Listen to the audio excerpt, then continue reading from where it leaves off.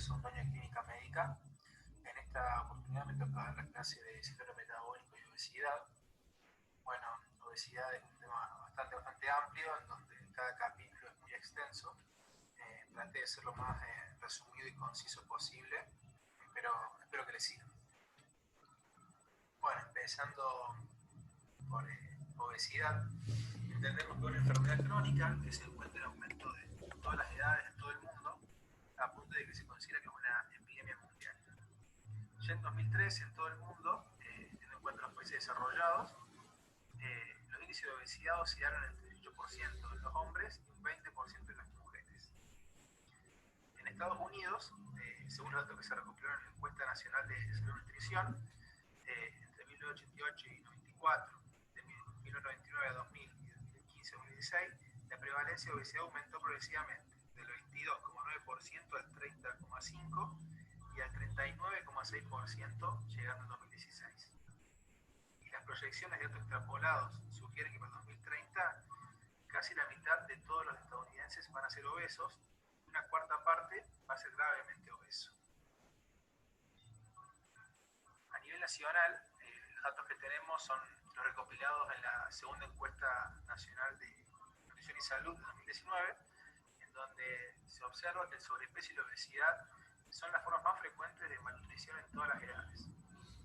En la población adulta, la prevalencia de exceso de peso es del 67,9%, dentro de los cuales el sobrepeso es el 34% en la población adulta y la obesidad un 33,9%, muy elevado.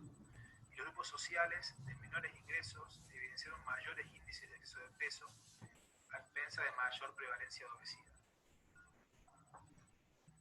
Bueno, luego de haber hablado un poco del alcance que tiene esta enfermedad a nivel mundial y nacional, vamos a comentar unos datos, un poco en perspectiva, cómo golpea la obesidad tanto en mortalidad y morbilidad de estos pacientes.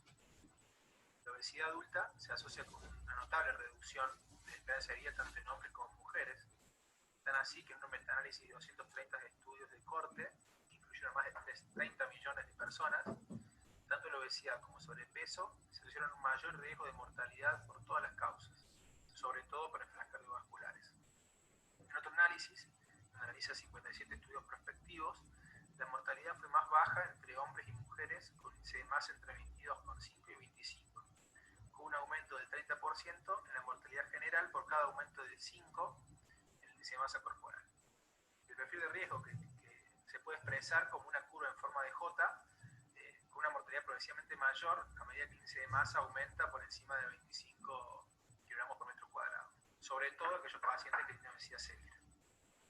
En el rango de 25 y 50 índice de masa, cada aumento de 5 se asocia con un aumento significativo en la mortalidad por enfermedad coronaria, ACV, diabetes tipo 2, enfermedad crónica y cáncer. Cáncer sobre todo de hígado, riñón, mama, endometrio, próstata y colon.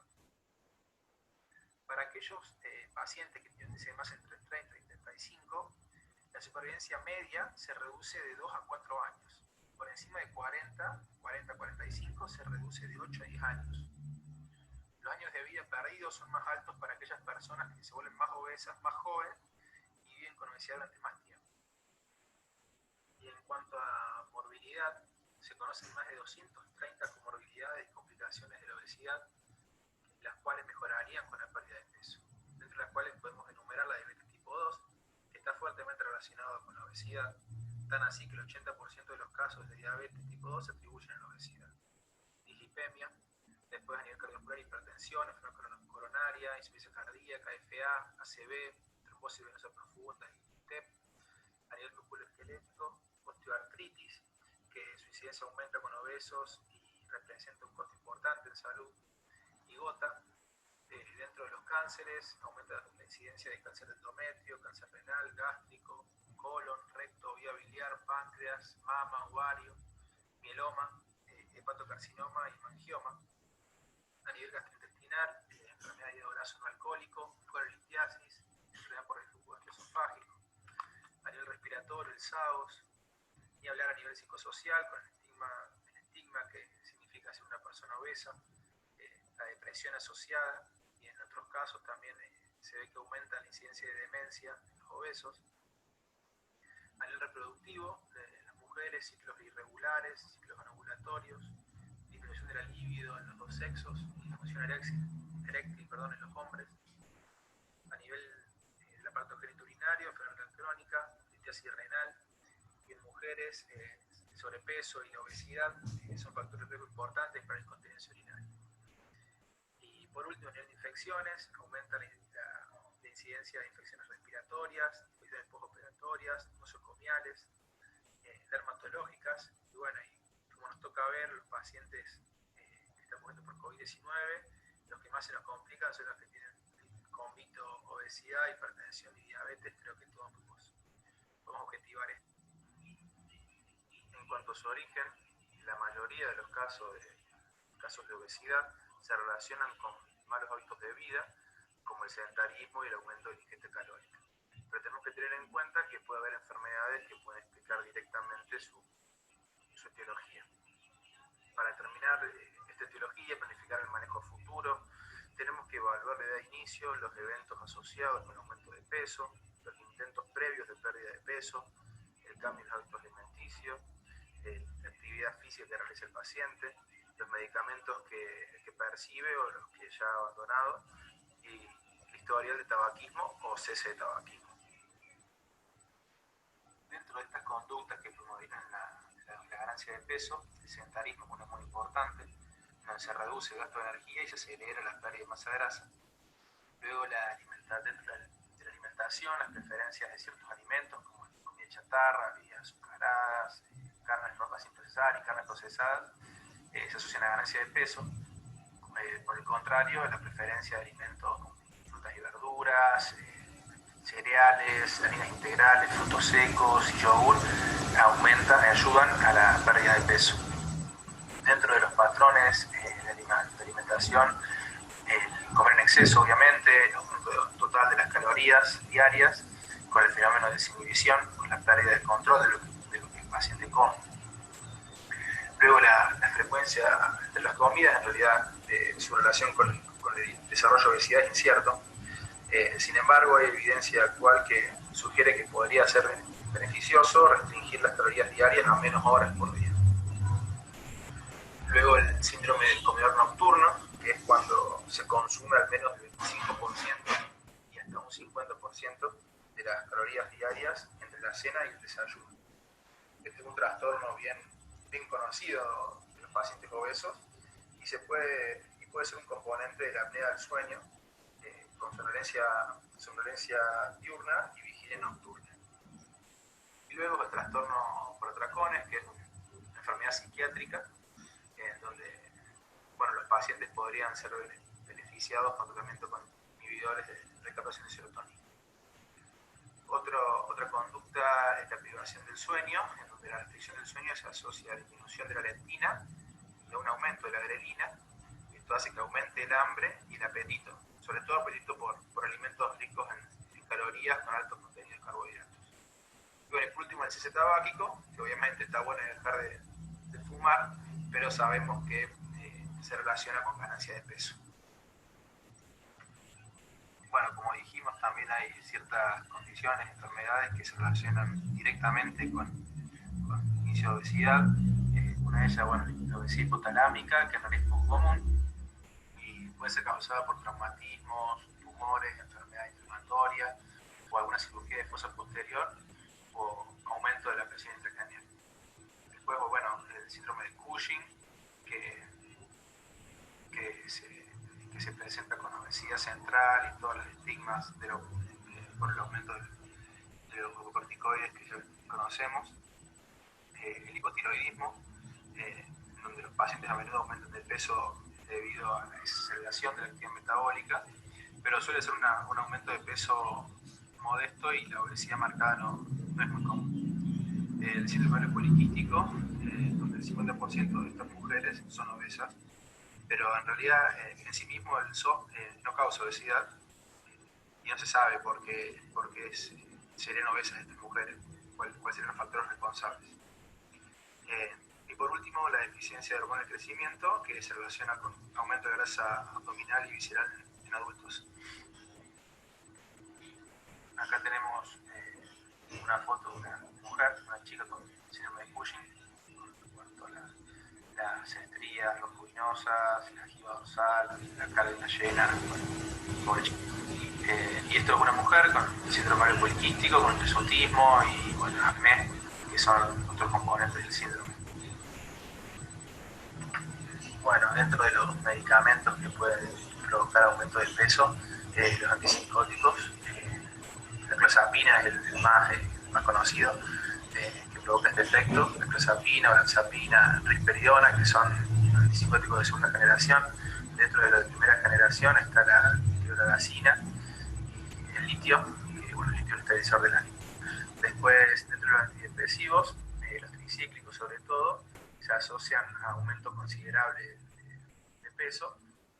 Dentro de ellos tenemos la amitriptilina, clomipramina, doxepina e imipramina. Y los inhibidores selectivos de recaptación de serotonina a largo plazo pueden provocar también aumento de peso. La paroxetina es un ejemplo. Dentro de los antiepilépticos, bueno, tanto el ácido valproico como la carbamazepina se asocian a aumento de peso, pero también el gabapentin puede provocar un aumento del mismo de peso. Dentro de los hipoglucemiantes, tanto las insulinas como la SUR se asocian a aumento modesto de peso. La piolitazona y la rosylitazona pueden provocar aumento de peso también, aunque puede deberse a un aumento de la retención de líquidos o redistribución de grasa también. Y bueno, después otros fármacos como la cipreptadina, que es un antihistamínico, beta-bloqueantes y glucocorticoides se asocian a ganancia de peso. Dentro de los trastornos de salud mental, sabemos que los factores psicológicos son muy importantes en el desarrollo de la obesidad, pero la verdad que no se ha podido definir un tipo de personalidad específica que se asocia a obesidad. Sí se pudo relacionar el aumento de peso con el trastorno afectivo estacional, que es un estado depresivo en aquellos pacientes que viven en el extremo norte del globo y que se produce en la etapa de invierno. A nivel socioeconómico, sabemos que la obesidad es más prevalente en los grupos socioeconómicos más bajos en todo el mundo, como dijimos en las primeras diapositivas, y la etnia también influye en la incidencia de obesidad. Los hombres negros son menos obesos que los blancos, y por el contrario, las mujeres negras de todas las edades son más obesas que las mujeres blancas, mientras que la prevalencia de obesidad en hombres y mujeres hispanos es más alta en hombres y mujeres blancas. Bueno, siguiendo con la etiología, sabemos que la obesidad, como hemos enumerado, tiene muchas causas. Cada una de ellas tiene un componente genético variable. Tenemos en un extremo la obesidad común y también la obesidad asociada a otras patologías que ya nombramos, donde intervienen más de un gen. Y después hay en otro extremo, la obesidad causada por defectos en un solo gen. Que acá estas son todas patologías, que se encuentran acá abajo, donde interfiere solamente un gen, por ejemplo el síndrome de Prader-Willi, en donde tenemos un trastorno neurodegenerativo donde los afectados tienen un tono muscular deficiente y se alimentan mal al nacer. Luego su apetito se vuelve incontrolable y se vuelven obesos, obviamente, tienen problemas de conducta, retraso del desarrollo, baja estatura y por último desarrollan hipogonadismo hipogonadotrófico. Y también tenemos el síndrome de Bardet-Biedl, en donde se caracteriza por una polidactilia, retraso mental, obesidad, su desarrollo de órganos reproductores, sordera y retinosis pigmentaria. Acá tenemos la polidactilia en los pacientes con Bardet-Biedl.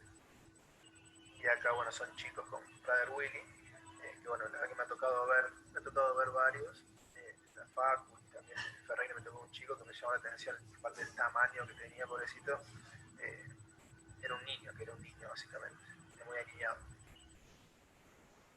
Por último, factores hereditarios. A partir de varios estudios que se hicieron en gemelos, se logró estimar que la heredabilidad de la obesidad oscila entre el 60 y 90%, con valores solo ligeramente más bajos en gemelos criados por separado en comparación con aquellos que fueron criados juntos. De manera similar, en niños adoptados, el índice de masa se correlaciona más con el de sus padres biológicos que con el de sus padres adoptivos. Por otro lado, en un metaanálisis donde se estudió con culminó estos estudios que estudiaban el genoma completo de casi 340.000 personas. Se logró identificar 97 losis asociados al índice de masa corporal. Y estos losis representaron aproximadamente el 2,7% de la variación del índice de masa. Por lo cual los autores estimaron que hasta un 21% de la variación del índice de masa corporal se puede explicar por una variación genética común. Bueno, y importante saber que entre estos genes identificados, el gen FTO, que está en el cromosoma 16, que está asociado a la masa grasa y la obesidad, tiene una asociación genética más fuerte con la obesidad. Para concluir esta diapositiva, los factores ambientales parecen modificar las asociaciones genéticas conocidas con índice de masa, para así que en aquellos individuos que se desarrollan en un ambiente obesogénico tienen más riesgo de volverse obesos que otros con carga genética similar, pero con mejor estilo de vida. Bueno, luego de una primera etapa donde hablamos un poquito de la importancia de reconocer la obesidad, la epidemiología y la etiología, pasamos a la detección, el diagnóstico y el manejo de la obesidad. Bueno, realmente sabemos que las pruebas para diagnosticar y tratar de forma rutinaria la obesidad son poco frecuentes. En un informe de 38 pacientes que son obesos, aproximadamente solo el 55% tenía diagnóstico de obesidad. Y aún menos tenían un plan para el manejo, para el tratamiento de obesidad. Tenemos que saber que todos los pacientes adultos tenemos que someter a exámenes de detección de sobrepeso y obesidad, simplemente calculando el índice de masa corporal, que tiene que ser parte del examen físico de rutina de un consultorio. El índice de masa es el primer paso, el cálculo del índice de masa es el primer paso para evaluar el grado de exceso de peso. Y se calcula dividiendo el peso en kilos sobre la altura en metros al cuadrados. Y así tenemos distintos estadios de obesidad, en donde el índice de masa debajo de 18,5 es peso insuficiente, ¿no? Obesidad. Peso normal es entre 18,5 y 24,9. Luego sobrepeso por encima de 25 e inferior a 29,9. Por encima de 30 ya entramos en obesidad. Tenemos obesidad grado 1, 2 y 3. Grado 1 entre 30 y 35, por encima de 35 y hasta 40 es grado 2, y grado 3 es por encima de 40 kilogramos por metro cuadrado, sobre metro cuadrado. Es una prueba fácil de medir, confiable, y se correlaciona realmente con el porcentaje de grasa corporal y masa grasa corporal. Bueno, y es de buena práctica también medir la circunferencia de la cintura, que es una medida de la obesidad abdominal que proporciona información de riesgo independientemente del índice de masa. Se sugiere medir la circunferencia en aquellos pacientes que tengan un índice de masa entre 25 y 35, que en casos de estar elevada sugiere como un mayor riesgo metabólico, ¿sí? Se mide, como grafica la imagen, con una cinta flexible, y si en mujeres se toma el punto de corte de 88 centímetros y en hombres 102. Los pacientes que tienen esta obesidad abdominal tienen mayor riesgo de enfermedades cardíacas, diabetes tipo 2, hipertensión, dislipemia, enfermedad de hígado graso no alcohólico, y tienen tasas de mortalidad más altas. Bueno, ya entrando en el abordaje terapéutico, para evaluar el estado de riesgo que tiene una persona, tenemos que determinar el grado de sobrepeso, la presencia o no de obesidad abdominal, la presencia de factores de riesgo de enfermedad cardiovascular, bueno, como son hipertensión, diabetes, dislipemia, entre otros, o la presencia de otras comorbilidades, como puede ser la apnea del sueño o enfermedad de hígado graso no alcohólico.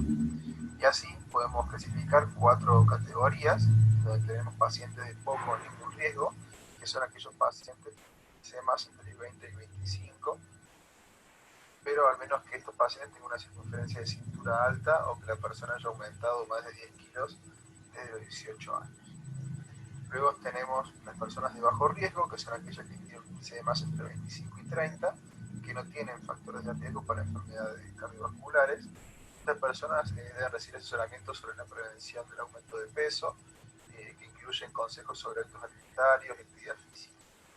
Luego tenemos pacientes de moderado riesgo, que son aquellos que tienen un índice de masa entre 25 y 30, con uno o más factores de riesgo de enfermedad cardiovascular, o con un índice de masa entre 30 y 35 sin factores de riesgo. A estos pacientes se les debe ofrecer o derivar a un intervención conductual intensiva que ataque varios componentes como cambios de estilo de vida, cambios en la dieta, aumentar la actividad física, y se debe considerar una terapia farmacológica.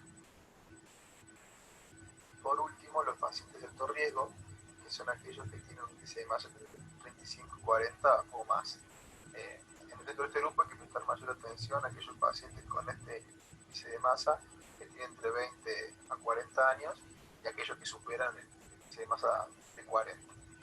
A este tipo de pacientes hay que hacer un tratamiento más agresivo, con una intervención conductual intensiva, terapia farmacológica y considerar la cirugía bariátrica.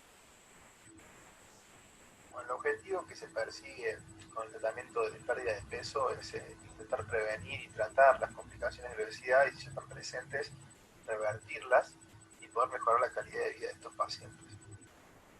Una pérdida de solo del 5% del peso corporal ya se han reportado beneficios para la salud en general del paciente.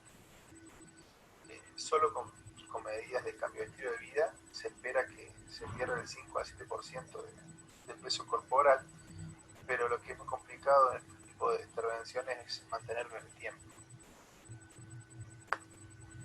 Por otro lado, si utilizamos fármacos para tratamiento junto con intervenciones conductuales y logramos una pérdida de peso del 5 al 10% del peso del paciente, se consigue una respuesta muy buena. Y si esta pérdida de peso es superior al 10%, se dice que es excelente. Esto es importante saber para comprender la magnitud esperada de pérdida de peso con distintas intervenciones y tratar de alinearla con los objetivos o expectativas que tiene el paciente. Y así podemos decir que tenemos dos tipos de tratamientos, el inicial y el posterior. En el tratamiento inicial, las personas se beneficiarían con una pérdida de peso a través de intervenciones integrales de cambio de estilo de vida, como cambios en la dieta, ejercicio y modificaciones del comportamiento. El tratamiento posterior está para aquellos pacientes que no pueden lograr los objetivos de pérdida de peso con el tratamiento inicial y se incluye terapia farmacológica, uso de dispositivos médicos o cirugías bariátricas también.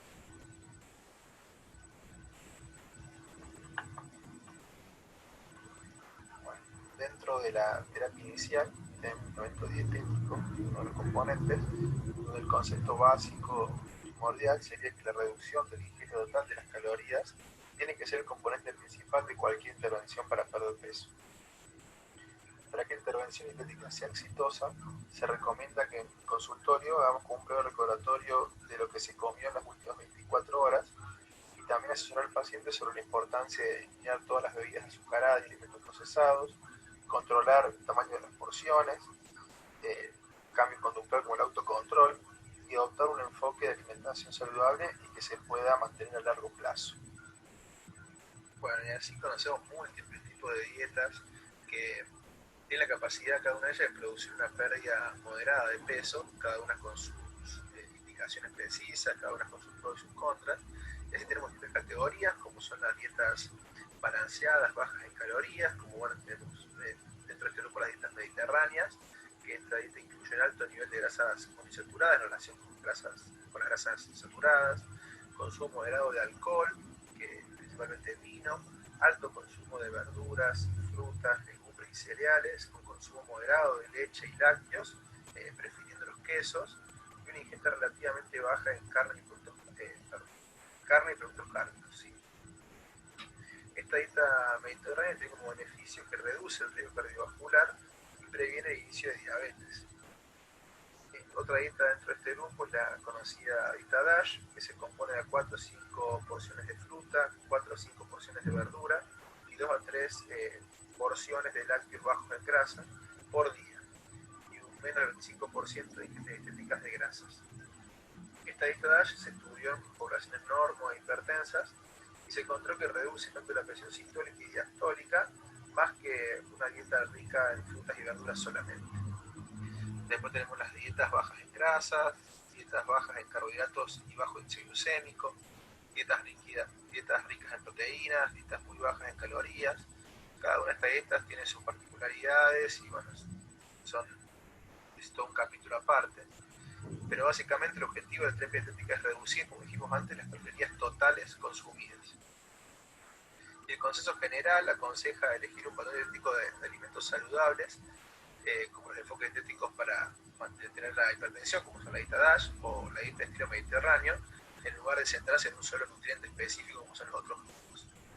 En general, las dietas que enfatizan la reducción de carbohidratos refinados, carnes procesadas y alimentos con alto contenido de sodio y grasas trans, moderación en carnes rojas y blancas, huevos y leche sin procesar, y prefieren más ingestas elevadas de frutas, nueces, pescados, verduras, aceites vegetales, cereales integrales, mínimamente procesados, legumbres y yogur, permiten que esta dieta sea más flexible y tenga más preferencia personal de cada persona, y puede mejorar la adherencia a largo plazo, que es lo que más nos importa en estos casos. Bueno, otro componente de la terapia inicial es el ejercicio, la actividad física, y aunque se sabe que es menos potente que la intervención dietética para perder peso, aumentar el gasto de energía a través de la actividad física es un fuerte predictor del mantenimiento de la pérdida de peso a largo plazo. La actividad física se debe realizar durante aproximadamente media hora o más, y de 5 a 7 días a la semana, para prevenir el aumento de peso y mejorar la salud cardiovascular. Se prefieren que se programe componentes múltiples que incluyen entrenamiento aeróbico y de resistencia. Por último, bueno, parece que se ha descrito un efecto de dosis para la actividad física y pérdida de peso, y se necesitan cantidades mucho mayores de ejercicio para producir una pérdida de peso significativa en ausencia de una dieta restringida en calorías. El último componente del tratamiento inicial, la terapia conductual, lograr un cambio en el comportamiento de los obesos, creo que es lo más importante en esta etapa. Está graficado en que en el siguiente párrafo, donde más de 2/3 de los adultos en Estados Unidos intentan perder peso o mantener el peso estimado. Sin embargo, solo el 20% de estas personas realmente consumen menos calorías y hacen ejercicio de forma regular. Estos programas de tratamiento basados en el comportamiento mejoran los resultados de la pérdida de peso y se asocian con mejoras en la morbilidad asociada a la obesidad. El objetivo que persigue la terapia conductual es ayudar a los pacientes a realizar cambios a largo plazo en su conducta alimentaria mediante modificar y controlar su ingesta alimentaria, modificar su actividad física, controlar las señales y los estímulos del entorno que hacen que coma y coma en exceso. Ya entrando en el tratamiento posterior, la terapia farmacológica, lo podemos considerar en aquellos pacientes que tengan un índice de masa por encima de 30 o índice de masa entre 27 y 29,9, no sé por qué puse 3, con comorbilidades relacionadas con el peso, que no han cumplido con los objetivos de pérdida de peso hasta los 6 meses de intervención integral en cambios de estilo de vida. Cuando tomo la decisión de iniciar una terapia farmacológica, preferimos hacer tratamiento monoterapia en vez de una terapia combinada. Las opciones farmacológicas terapéuticas para tratamiento de obesidad incluyen liraglutide, una inyección diaria, el orlistat, combinaciones de fentermina y topiramato, de duración prolongada, combinación de bupropión y naltrexona, fentamina, benzfetamina y fendimestracina y dietilpropión.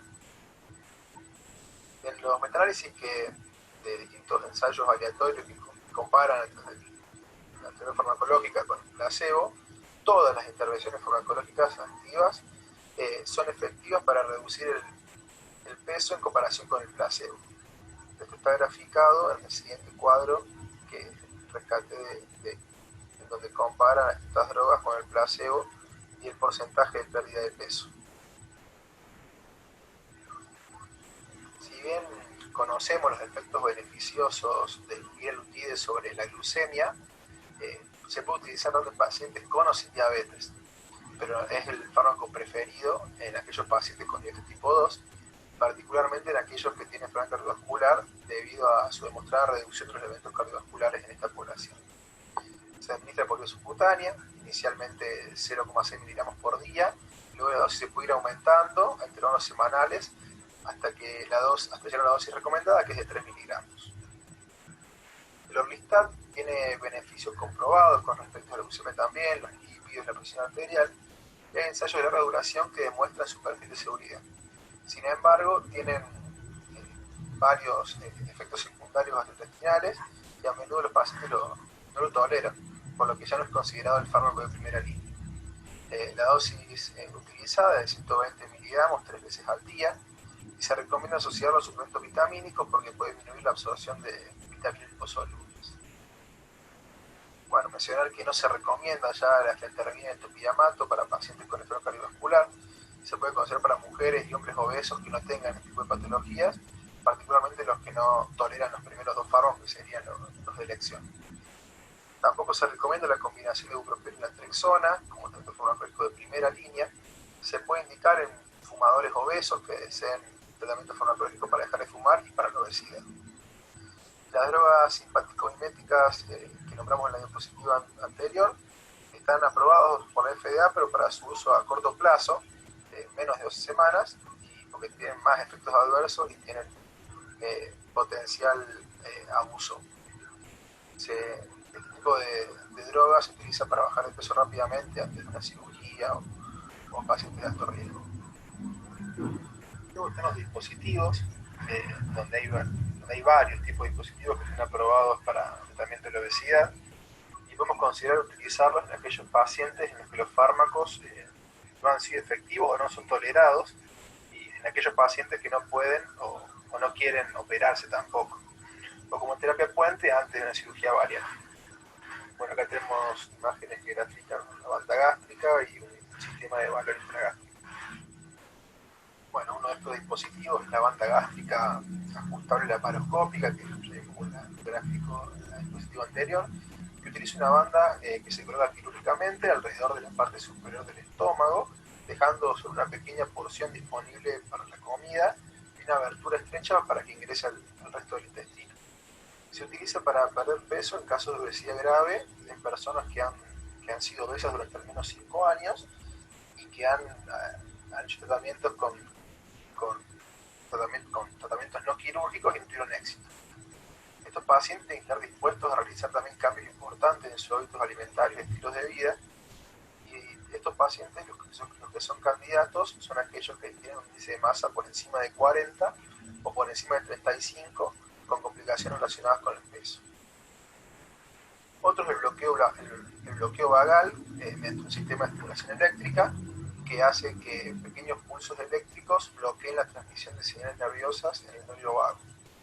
El bloqueo vagal está destinado a promover la pérdida de peso al suprimir la comunicación neuronal entre el cerebro y el estómago.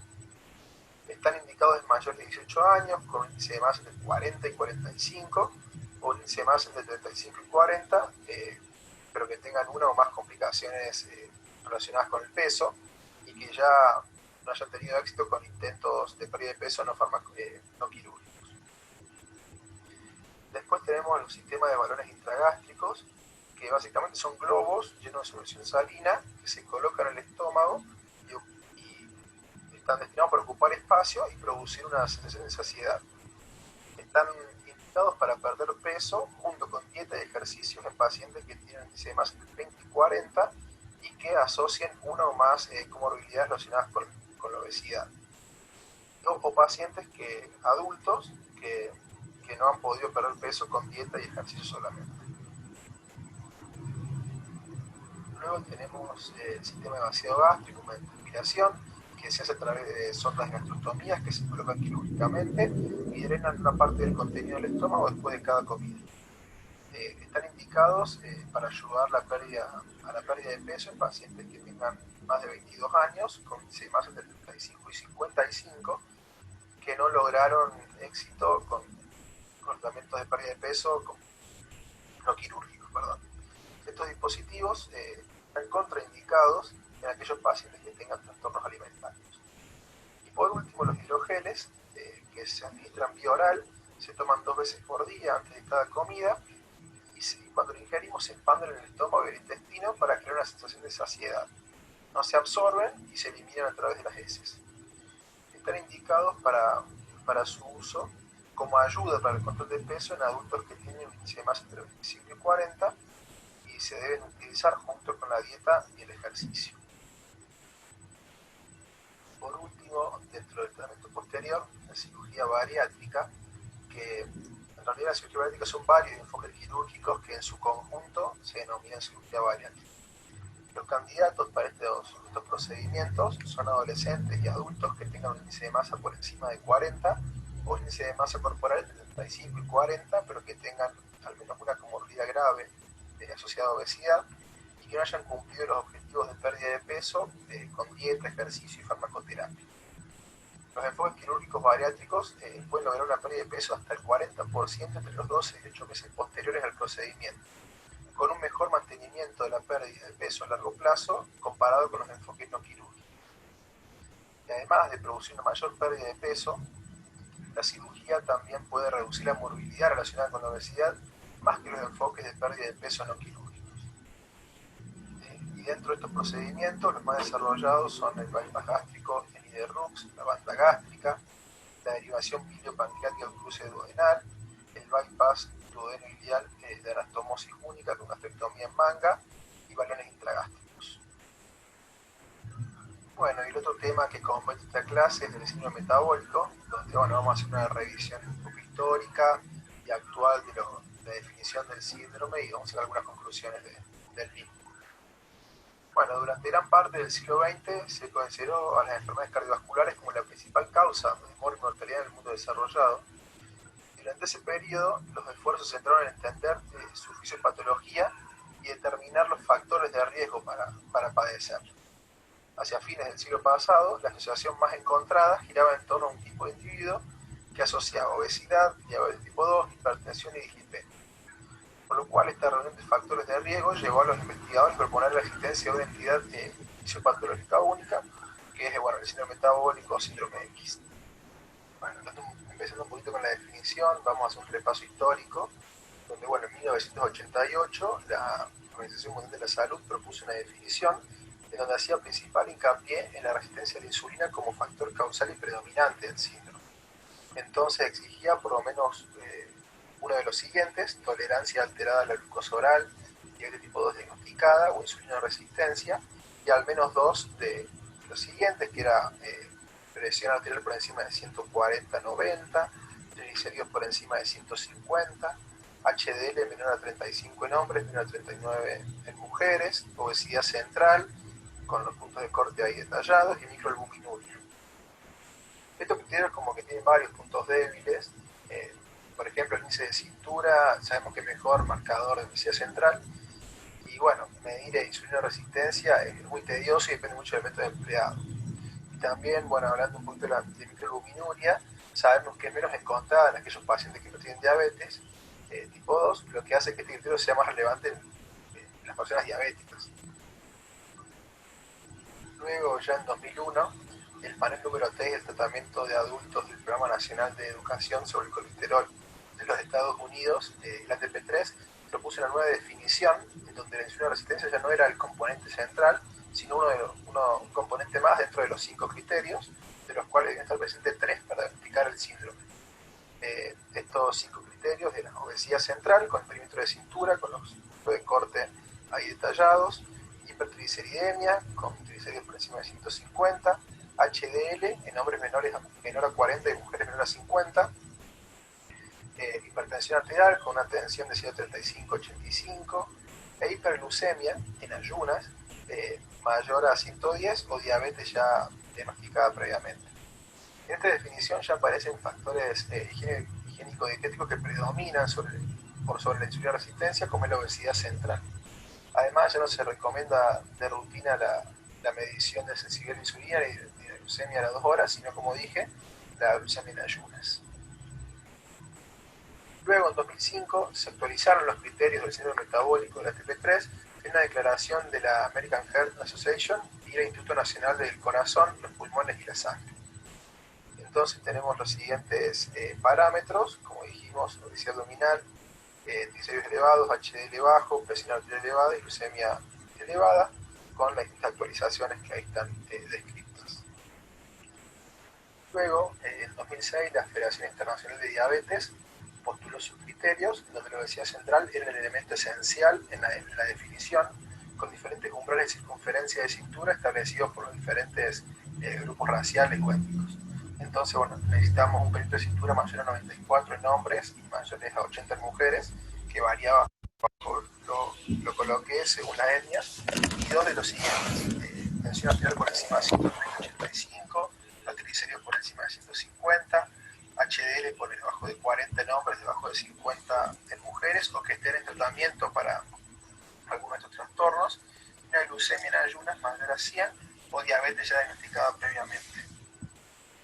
Finalmente, en 2009, en un intento por armonizar todos estos criterios utilizados para definir el síndrome metabólico, la Federación Internacional de Diabetes, junto con otras organizaciones, que incluía la AJA, el Instituto Nacional del Corazón, Pulmones y la Sangre, la Federación Mundial del Corazón, la Sociedad Internacional para el Estudio de la Obesidad y la Sociedad Internacional de Aterosclerosis, eliminó un aumento de la circunferencia de la cintura como requisito diagnóstico. Y ahora se recomienda utilizar los siguientes 5 criterios con la presencia de cualquiera de 3 que hacen que se diagnostique el síndrome metabólico. Y los 5 criterios son obesidad central, con los puntos de corte de circunferencia según el tipo de etnia o raza que estaba en la diapositiva anterior, triglicéridos por encima de 150, tratamiento para triglicéridos elevados, HDL menor a 40 en hombres o menor a 50 en mujeres o tratamiento para ello, una presión arterial sistólica por encima de 130 o una diastólica por encima de 85 o tratamiento para la hipertensión, una glucemia plasmática en ayunas por encima de 100 o diagnóstico previamente de diabetes. ¿Y cuál sería la importancia que tiene este síndrome? Es que, bueno, realizando el diagnóstico de síndrome metabólico, el riesgo de desarrollar alguna enfermedad cardiovascular se duplica. Y cuanto más componentes tengamos del síndrome, vamos a tener más riesgo aún. El vínculo que existe entre el síndrome metabólico y la diabetes tipo 2 es mucho más fuerte que el que existe con las otras enfermedades cardiovasculares. Muchas personas que tienen síndrome metabólico ya tienen diabetes tipo 2. Y para quienes tienen el síndrome pero no tienen diabetes, el riesgo de desarrollarla es especialmente alto. Y como venimos diciendo, el síndrome metabólico es predictor de enfermedad cardiovascular, por lo cual la presencia de esta aumenta notoriamente con la presencia del síndrome. A su vez, la presencia de enfermedad cardiovascular puede ser baja en ausencia del síndrome metabólico, aún en presencia de diabetes tipo 2. Ahora, en cuanto al siguiente tratamiento para el síndrome, pero en conclusión, ¿es realmente un síndrome, justamente este síndrome metabólico? La Asociación Estadounidense de Diabetes y la Asociación Europea para el Estudio de Diabetes publicaron una declaración conjunta en que planteaba esta pregunta sobre si los componentes del síndrome metabólico, como se definió anteriormente, justifican la clasificación en un verdadero síndrome. Y entonces, como en este comunicado, dijeron que la falta de claridad de la definición y con criterios que difieren entre la ATP3 y el OMS y otras definiciones, como también viene un poco en contra, los múltiples fenotipos diferentes incluidos dentro del síndrome metabólico con indicaciones para diferentes estrategias de tratamiento. Por ejemplo, un paciente con una circunferencia de cintura grande, triglicéridos altos y glucosa en ayuno alta necesitaría ser tratado de manera diferente que un paciente con presión arterial alta y proteínas de alta densidad HDL bajas y triglicéridos altos. O sea, como que hay distintos fenotipos dentro del mismo síndrome, cosa que iría un poco en contra para que se declare como un síndrome en sí. Falta de una evidencia consistente para establecer los umbrales para los diversos componentes en las definiciones, e inclusión de pacientes con enfermedad cardiovascular clínica y del tipo 2 como parte del síndrome que pretende definir el riesgo de estas enfermedades. Patogénesis poco clara que une los componentes del síndrome. La resistencia a la insulina puede no ser la base de todos los factores y no una mayor consistente en algunas de las definiciones. Después otros factores de riesgo de enfermedad cardiovascular que no son componentes del síndrome metabólico, como son los marcadores inflamatorios, como la PCR o la microglobinuria, pueden tener una relación igual o mayor relacionado con el riesgo. Y también nos ha demostrado que el riesgo de enfermedad cardiovascular asociado con el síndrome metabólico sea mayor que la suma de todos los componentes individuales. En conclusión, y como última diapositiva, la debilidad crítica que tiene la construcción del síndrome metabólico es que el tratamiento del síndrome no es diferente a cada uno de sus componentes por separado. Ya sabemos que la agrupación de factores de riesgo de diabetes tipo 2 y enfermedad cardiovascular es un fenómeno real, y todos coinciden que la presencia de un componente del síndrome metabólico tiene que llevar al estudio de los otros factores de riesgo. Entonces, ¿se obtiene realmente un beneficio para el paciente diagnosticar un síndrome metabólico cuando realmente no va a cambiar un poco la conducta final? Y el consejo finalmente sigue siendo tratar los distintos factores de riesgo individuales cuando estén presentes y prescribir cambios terapéuticos en el estilo de vida y control de peso para pacientes obesos con múltiples factores de riesgo. Bueno, esto ha sido todo. Son temas muy amplios, sobre todo obesidad, tienen como muchas aristas y profundizar en cada una de ellas como que no alcanzaría para una clase. Así que bueno, espero que les sirva, como dije inicialmente. Muchas gracias.